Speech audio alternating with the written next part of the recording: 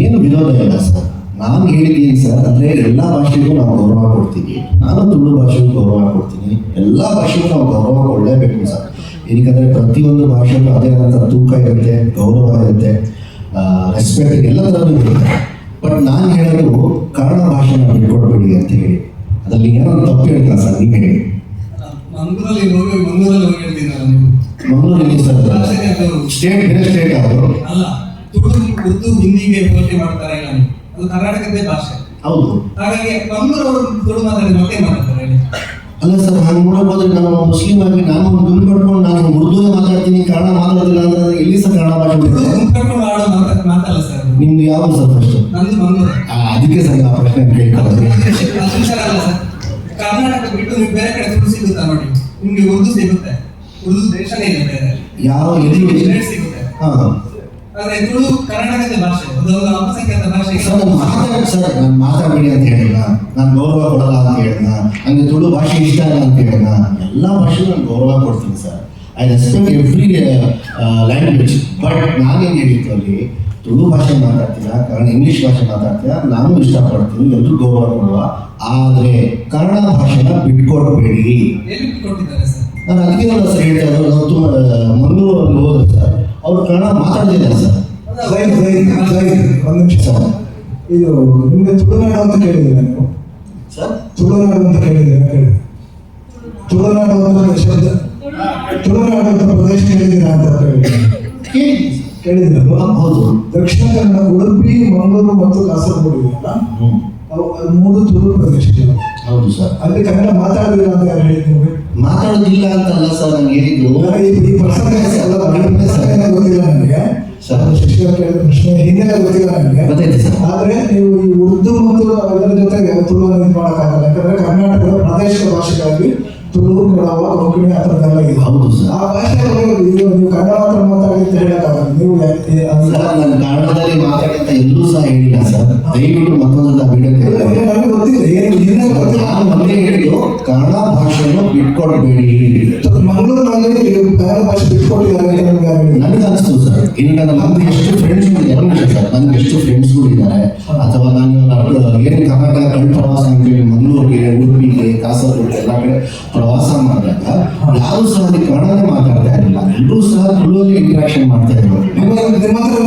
ನನ್ನ ಜೊತೆ ಅಲ್ಲ ಸರ್ ಹೇಳೋದು, ಒಂದಷ್ಟು ಜನ ನನ್ನ ಜೊತೆ ಮಾತಾಡ್ತಾ ಇದ್ರು, ಇನ್ನು ಒಂದಷ್ಟು ಜನ ಎಲ್ಲರೂ ಜೊತೆ ಮಾತಾಡ್ತಾ ಇದ್ರು. ನಾನು ಹಂಗೆ ಹೇಳಿದ್ದು ಅವರಿಗೆ, ಸರ್ ತುಳು ಮಾತಾಡೋರಿಗೆ ಬೇಜಾರಿಲ್ಲ, ಕನ್ನಡ ಭಾಷೆನ ಬಿಟ್ಕೊಡ್ಬೇಡಿ ಅಂತ ಹೇಳಿದ್ರು. ನಾನೆಲ್ಲರೂ ಹೇಳಿದ ತುಳು ಮಾತಾಡ್ಬೇಡಿ ಅಂತ.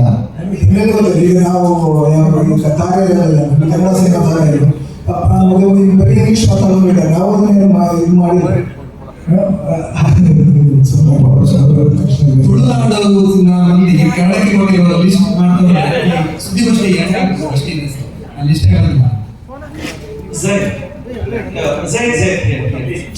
ಈ ಕಲ್ಟ್ ಫಿಲ್ಮು ಮತ್ತೆ ನಿಮ್ಮ ಸಂಬಂಧಪಟ್ಟ ಹಾಗೆ ಒಂದು ಇನ್ಸಿಡೆಂಟ್ ನಡೀತು.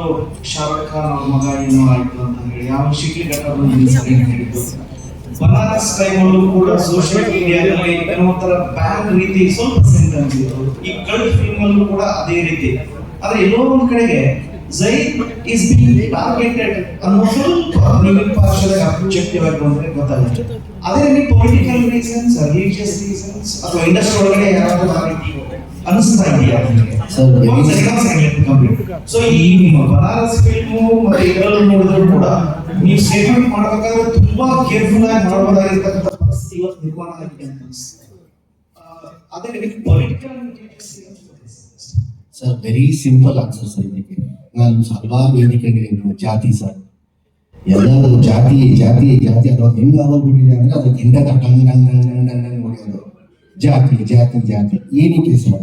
ಹಲವಾರು ಸತಿ ಹೇಳಿದ್ದೀನಿ ನಾನು, ಕಲಾವಿದ ಜಾತಿ ಇಲ್ಲ, ಕಲಾವಿದ ಜಾತಿ ಇಲ್ಲ ಅಂತ ಎಷ್ಟೋ ಇಂಟರ್ವ್ಯೂಸ್ ಅಲ್ಲಿ ಹೇಳಿದ್ದೀನಿ ನಾನು. ಕೆಲವರು ಜಾತಿ ಜಾತಿ ಅಂತ ಯಾರು ಹೇಳ್ತಾರಲ್ಲ, smoking causes injuries to health ಅಂತ ಹೇಳ್ಬಿಟ್ಟು ಥಿಯೇಟ್ರಲ್ಲಿ ಅಂದ್ರೆ ಸಿನಿಮಾ ಶುರು ಆಗೋ ಮುಂಚೆ ಆ್ಯಡ್ ಕೊಡ್ತಾರೆ.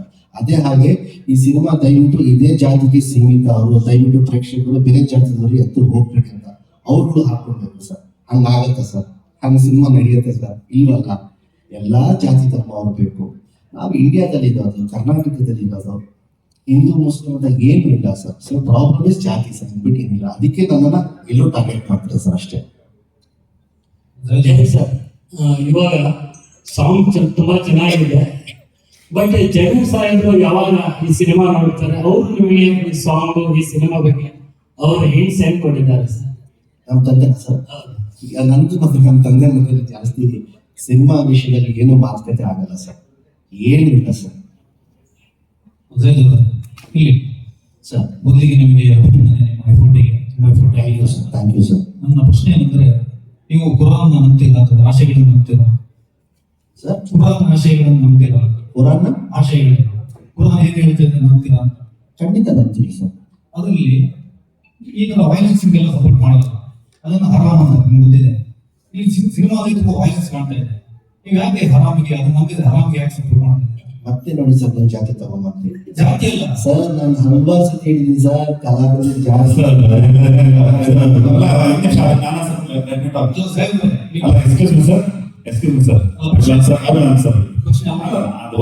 ತಂಡ ಅವ್ರು ಮಾಡಿದ ಸಿನಿಮಾ ರಿಯಲ್ ಲೈಫ್ ಅಲ್ಲಿ ಯಾರೋ ಬೀದಿ ಹಿಡ್ಕೊಂಡು ಹೊಡಿತಿದ್ರೆ ಆರಾಮ್ ಕೆಲಸ ಮಾಡ್ತಿದ್ದೆ ಅನ್ನೋದು ಅರ್ಥ ಇದೆ. ಸಿನಿಮಾ ಇದು ಎಂಟರ್ಟೈನ್ಮೆಂಟ್. ಸಿನಿಮಾ ತಲೆ ಮೇಲೆ ಬಂದು ನೀವು ತಗೊಂಡು ಆರಾಮ್ ಕೆಲಸ ಮಾಡಿದ್ರೆ ಯಾಕೆ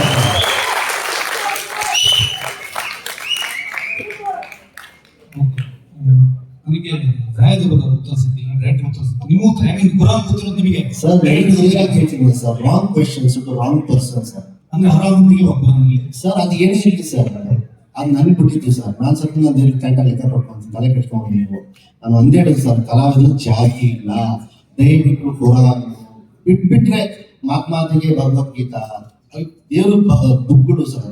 ತುಂಬಾ ಗೌರವದಿಂದ ಅದನ್ನ ಬಾಯಲ್ಲೂ ಕೂಡ ನಾವು ಅದನ್ನ ಹೇಳಿದಾಗ ತುಂಬಾ ಗೌರವ ಕೊಟ್ಟು ಹೇಳಬೇಕು. ಸೊ ಬಿಟ್ಬಿಡಿ ಸರ್, ಅದು ಕಲಾವಿದ ಜಾತಿ ಇಲ್ಲ, ಅದನ್ನ ಅಷ್ಟು ಉತ್ತರ ಕೊಡೋದು.